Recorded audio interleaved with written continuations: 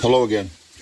I remember back in the 70s watching this movie on TV about this man who had this really pretty lady for a fiance, and he was taking her to a dinner of these handful of people that had been in this plane crash and survived. And she was all excited, wanted to meet all these people that he was so close to. When she got there, she found out she was the dinner. They had an annual ritual. They had to eat members that were on this flight to be able to survive, and they got hooked on doing so. That was the plot of the story. Yeah, and that's scary, and that's a horror movie and all that. But there are true accounts, such as that sports team that crashed down in the Andes, and they had to eat the dead people on the plane to survive. And we think about that. We think about the Donner Party. We think about what are the ethics, what is the morality involved in that? And we wonder, and we have to come to some conclusions, because it's right that we think about things and we not just say this is right and this is wrong, but we can explain why this is right and this is wrong. That's what's called upon us as men, to be able to do that, to think things through.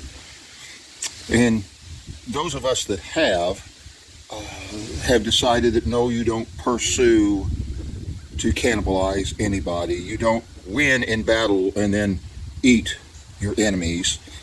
But if there is an emergency and human life is in jeopardy, and there are people that are already dead, and there's no other food around to preserve life, it is allowable. That is the ethical position that actually most people, if they really think about it, they will come to that position right there. That if there is a plane crash and a bunch of people are dead and you're up at the top of a mountain, and the only way you can take these women and children and to survive and get them off that mountain is to feed them these people that are already dead. Yes, that's horrible stuff. And yet, there are people that want to crash the plane of civilization. They're gleeful about that because they're so full of their inverted morality, as some people have called it. The people that believe in polyamory, being in a relationship with a whole bunch of people at once, or even 3 or 4 people at once. The people that want to do sexual surgery on children. The people that think gay marriage is actual marriage. Well, I'm sorry. We out here look at you and we consider you already dead.